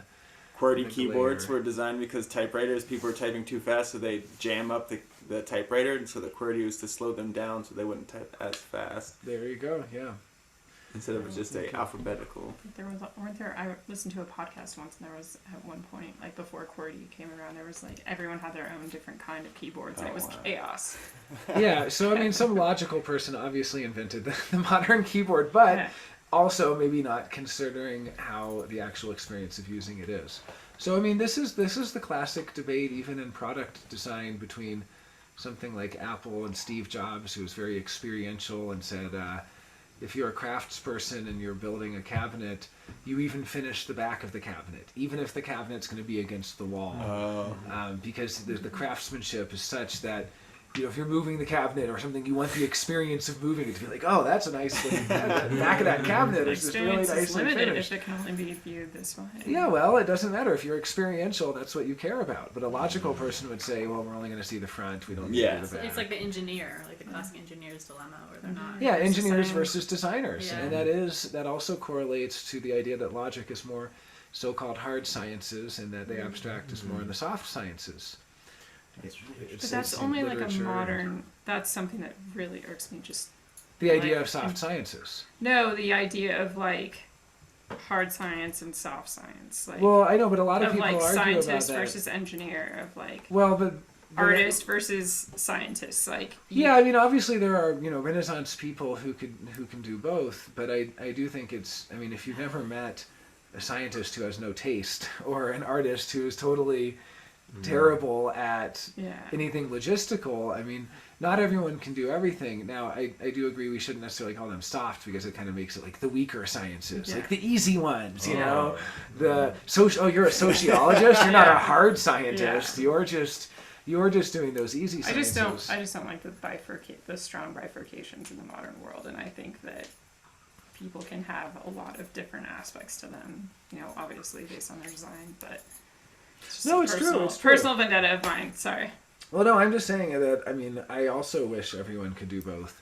I just know from working with a lot of computer engineers that, yeah, they probably don't have abstract circuitry and they could benefit from bringing a lot of awareness and learning That's in where you those need mixed areas. environments, right? Like that's where human design could really like make to where all of our world is better, because you would have people who have the abstract circuitry coming in and working with the logical people, and then like passing it from one department to the other, and then it would just like be a better product at the end. I think it's really hard to do en masse, and I think that the projector being the sort of mascot of the nine-centered being is exemplary of how all of us operate one at a time, and that we're just kind of in this new phase. I was actually laughing with my friend Will the other day. We always joke about our past lives, and he thinks he was someone rather famous in his past life, and I agree. And now he just sits at the market doing typewriter poetry. In fact, Richard and Brandy just got a poem from him. I know they had to jump off, but So he's doing typewriter poetry, and we always joke about it. He says, yeah, I'm kind of lowered to this now. This is what I'm doing. I mean, I used to be celebrated, and the classrooms would study me, and now I sit at the market with my typewriter. And I said, well, that's the era we're in. We're in the era where you hand a poem to someone individually, and they're touched one person at a time. We're not in the classroom era anymore. We're not in the era of everyone gathering around one leader, one speaker, one thinker. We are in the era of people being in individual worlds, like by themselves, completely accessing the mass. Yeah, absolutely. And people being their own individual personalities, and having their own YouTube and their own. But also like being their own tastemakers. Yeah, like completely their own tastemakers. Absolutely. And then it being up to the people that are creating and putting things out to be as capable as possible to then make things as objectively enjoyable to consume as possible. Yeah, or just to connect with them. The tribal still wins though, because it still decides who gets the subscriptions, who gets the views. If they don't get the views, do they still exist? If they're putting content out there and nobody sees that content, do they still the exist? tribe does have it has a role to play, but I see what you're saying in that. But I don't think it's that you need to be as objective as possible for as many people as possible to get you. I think it actually is one at a time, in that even if you do have a YouTube channel and a bunch of people are getting you, or teaching a class, a bunch of people are attending, it still is a more personal era where it's not like you're going to the movie theater and watch. I mean, the movies have kind of taken a backseat to YouTube views. Like the amount of hours people watch movies versus YouTube or TikTok or something. It's so much more personal, and it's just to the point of like, yeah, you know human design. Well, you have somebody that you're working with who's very logical. You can explain to them, look, I appreciate who you are. I accept all this logic. This is great. Let's also realize that it's equally important that we have people that are handling the user experience. But it's so interesting just to even see that trend of the kind of rise of the abstract and of the experiential. That's all I have to say about that. It's just that we're just at an interesting time where it really is one person at a time, one connection at a time, and we're just in a new era. I feel like it doesn't need to be. I feel like in person it needs to be one person at a time, but I feel like with the internet is basically saying like the reason we're all able to be individual by ourselves is because it is one person at a time, but it's one person at the time. If that makes, instead of at a time is one person, like one person per time, like one individual in their aura, it can experience it, and that is when what the experience can be. And when I say objectively good, I don't mean like trying to make something as good as possible for as many people. More like, because like logic repeats to the point of experience is what I'm noticing. Like logic, if you repeat a logical system enough, it gets to the point where it's so good that people can't help but experience it. So like things like YouTube videos, you can clearly see when a video has a good thumbnail, it does better. Like regardless of what is behind that thumbnail, regardless of what is actually in that content, if a video has a good thumbnail and a good title, it objectively does better. So when I say something like is objectively good, the game now is about how can you funnel your experiences to an individual in their bedroom and make the experience as objectively consumable as possible for you to get your experience, like for you to get your output and to get your thing to them. And it is still one person to one person, and the job is different. The job is instead of being in person with you and telling you all these things and blah blah blah, I don't have to do any presentation in that way. I can look like a bum, and if someone's open to that, they're open to that, and we can talk about it. But then if even in person, actually, like if you're wearing a suit and then you're trying to sell something to rich people, that is your version of a thumbnail and a good title. That's your version of objectively looking a certain way to get through something. To get something through to someone else in a one-to-one way. So that's what I was saying is like, yes, it is one-to-one, but I don't think it has to be slow.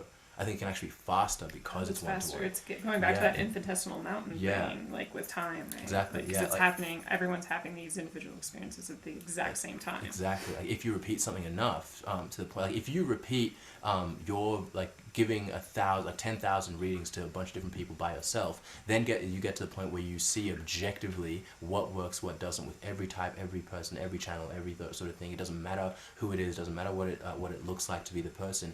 These sentences work for everyone. Like these. Well, that's the logic. Yeah, that's exactly, the logic. yeah. That's what Ra really staked his whole reputation on, was that his logic worked enough But it still has to affect people one at a time, and that if you try to teach all that logic in a school or something, it's Well, not, yeah, school, that's in person, and that's where Yeah. that's where it crumbles. I feel like the gift of the internet is that we can make so like I've been like contemplating this video of a general, because a problem that I had when I first got into human design was I couldn't hear my sacral, and I didn't understand what it was to respond, and I still don't. As much as I think someone who's been in the experience a lot longer, but I'm starting to now because of the experiment I did of making sacral sounds. That I just feel that there's a video that can exist that is how to respond, but not just how to respond. The what's it called when you get two cars and then you get jump starting for generators, and it's like a video and it has sounds like specifically tailored at specific moments, and sentences specifically tailored at specific moments, questions that are objectively you cannot say no to, you cannot say to, like are you in are you alive right now, like that, like the things that you just cannot say no to, and then with some sort of sound that is imitating the satisfaction and then imitating dissatisfaction, showing images of things of like frustration, showing a story of for all the abstract people, like showing a story in the images, and then in the sounds for the individual people, like all that sort of stuff. That if it is a logical system, that means there's an objective thing within it that can be transmitted in a one-to-one through the internet.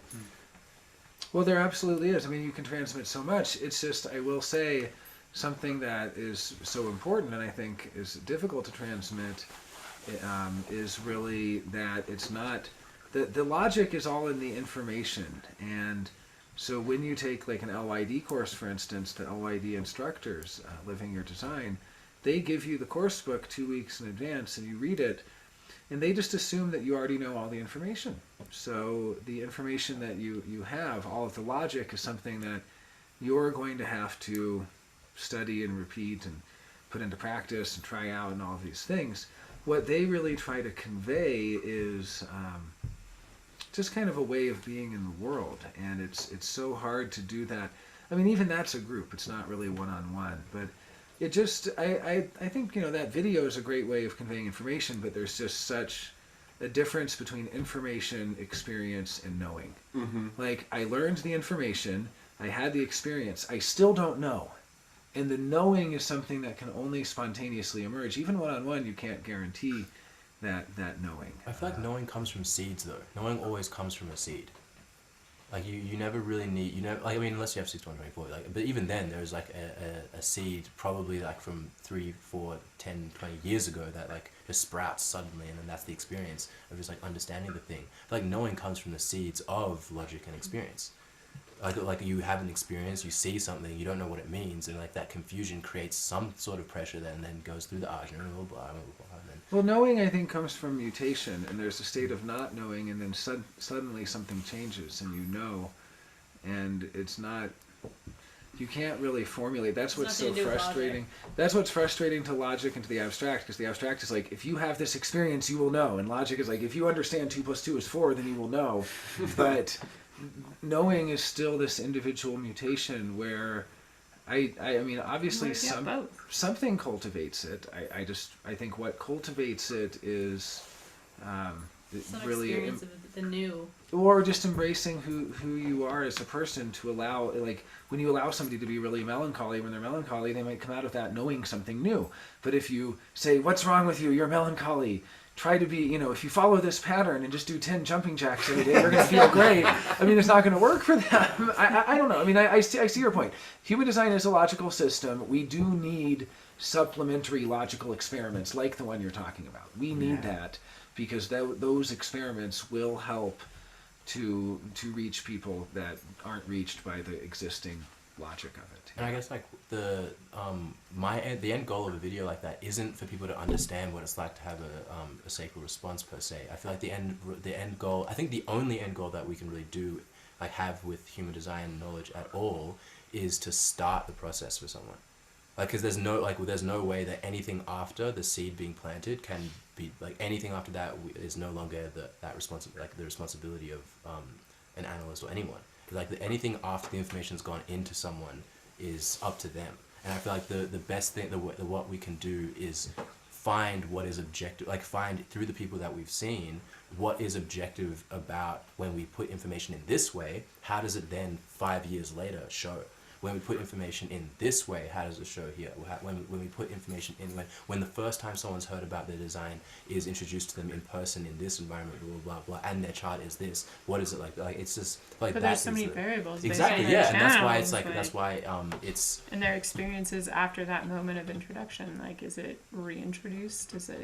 Do they hear it again? Is it Plus, there's a lost? factor of no choice. Yeah. yeah, exactly, Yeah. Factor of no choice. Yeah, but then like bringing it back to like I guess this is me just being so logical.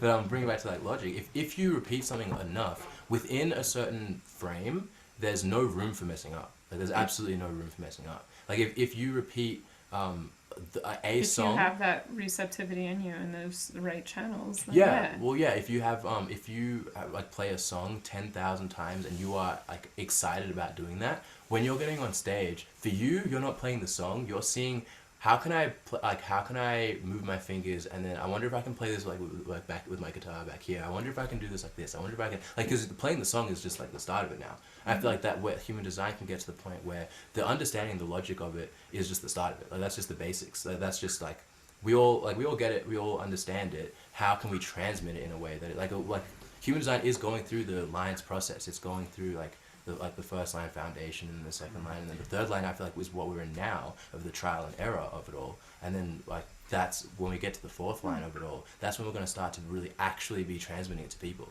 and because it is going to become mainstream whether we like it or not. So And didn't you start by saying you still don't know your sacral response? no, I'm not as certain. I just don't know if I'm as connected to it as someone else who's been in the process for longer.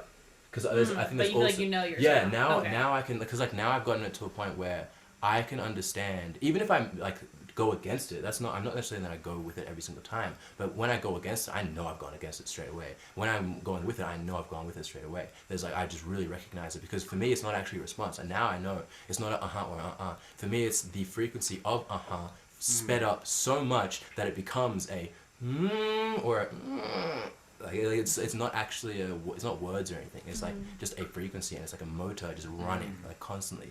Like that's how I hear it now, and that's how I feel it. So I just know there's no there's no confusion around it. But the challenge and that's what I mean. The logical part of that is the foundation. The challenge after that is the experience. The challenge after that, that's what is no longer up to human design. That's up to me.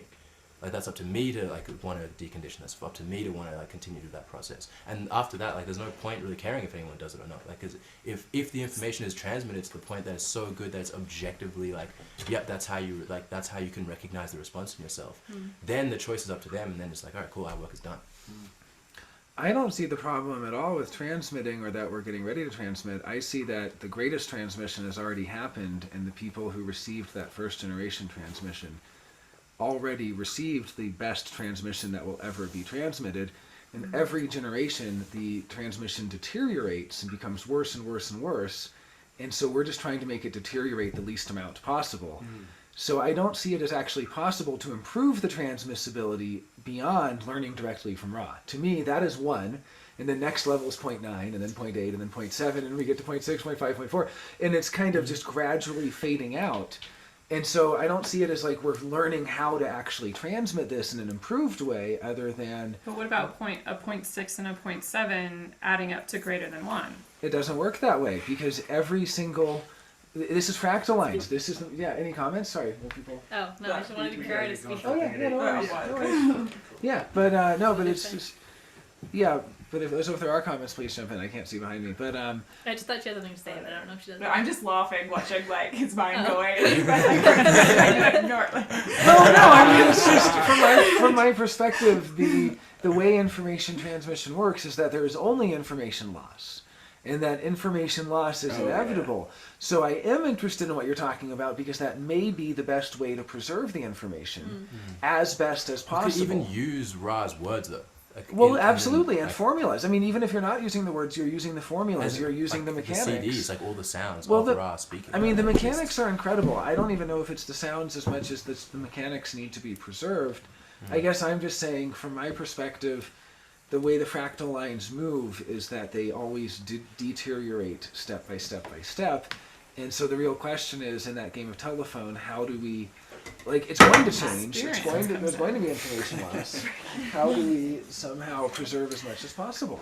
So, I think also though that the beginning people they still had to figure out everyone was a not self when Ra gave out the information. So there was still this like learning curve of the whole, experience. I don't know that I know if I would have experienced, Ibiza back then, I would have been bored out of my mind. I wouldn't have even gotten it because it hadn't settled into the tribe, or I don't know. Yeah, Do you think it had to have the experience? I feel like because we were talking about the experience, right? Like getting the knowledge and then having the experience and letting it evolve. So is that what it needed to bloom a little bit before it was actually, before it started deteriorating. It had to come to a bloom before it deteriorated. yeah, I guess I'm just saying learning from Ra directly was a pretty direct, transmission of the formulas. But yeah, as much as we can preserve them, I mean, there's different ways of preserving. You don't just preserve it exactly as it is. You have to preserve it in a way that will be carried forward into the future. Add sugar. So there will be adaptations, of course. Think of a tea. Like if you're blooming a tea, right? Like that first sip after you put the tea leaves in, it's a little diluted, right? And then it has to get a little stronger, and then it eventually gets bitter, and then it gets lost, right? Yeah. Or you add some water and you dilute it down again, or Ra is also Ra's name was Alan. Like Ra's not Ra. Like Ra is an entity. Ra is an energy. Ra is a concept and a vessel. Like Ra just needs a vessel. So who's to say that we're not, because sometimes I go into flow when I'm talking about human design. Who's to say that anytime anyone's talking about human design, they go into flow, they're not Ra? The only difference is Ra had a full download and then had the ability to translate because he had 100% of the knowledge. So someone like me who doesn't have that is going to be in flow, but then with mistakes. I guess that's... do you think as a mysticism, you can tap into it like everyone is God? Like God is in everyone, Or the cellular transmission part of the knowledge. Don't dead name Ra, okay? Everyone use his name Alan. Well, you can definitely, if you have the ability, you can absolutely tap into any number of frequencies or disincarnate entities or anything like that, if you have the ability. Right. And if you you don't, have the then you mystical don't. channels, or it's just who you are and your connection to that person. And if you are someone who is connected in that way and you have that ability, then you absolutely can, and you can absolutely bring in valid information. And I mean, regardless, it's not that it has to have come from Ra as some sort of authority. It's just I'm just saying that I don't see our job as how do we take this thing that hasn't been transmitted and figure out how to transmit it. I see it as it's been transmitted. How do we then either preserve it, if that's part of our task, or just understand it ourselves? Because that same transmission may take years and years to unfold and sink in to an individual. And part of just our challenge in this era being this move into this one-on-one transmission. I mean, I just love laughing at my friend who was probably a famous poet in his past life, and now he's writing poems at the market. That's what we're all doing, because that's one-on-one. That's the era we're in. It's the age of the projector, and just because projectors are here to be one-on-one doesn't mean that the rest of us aren't. It just means they're the ones especially suited for the new world we've entered. So... Well, Mike is yawning. I think it might be time. When Mike begins to yawn, I think we've had enough. We rely on his wisdom. We rely on his wisdom of his undefined sacral. So, if there's any final questions, comments, otherwise, thank you, Ricky, Marissa, Nancy, and Lasita. They hung in there, and I appreciate that. And thank you everyone for coming. This wild ride. Yeah, it was quite. We went far afield in our conjectures today, so it was a lot of fun. But Lasita blew a kiss for everyone. So thank you, Lasita. It's the HDHD winter respite, and if you or Genoa would like to meet at Frenchie's at any point this week, let us know. Ricky, Marissa, Nancy, wish you were here. You will be missed, and we'll try to jump on Signpost a few times with the folks here for the respite to have some virtual time as well. Thank you, Ricky. I appreciate that. Okay, take care. Bye.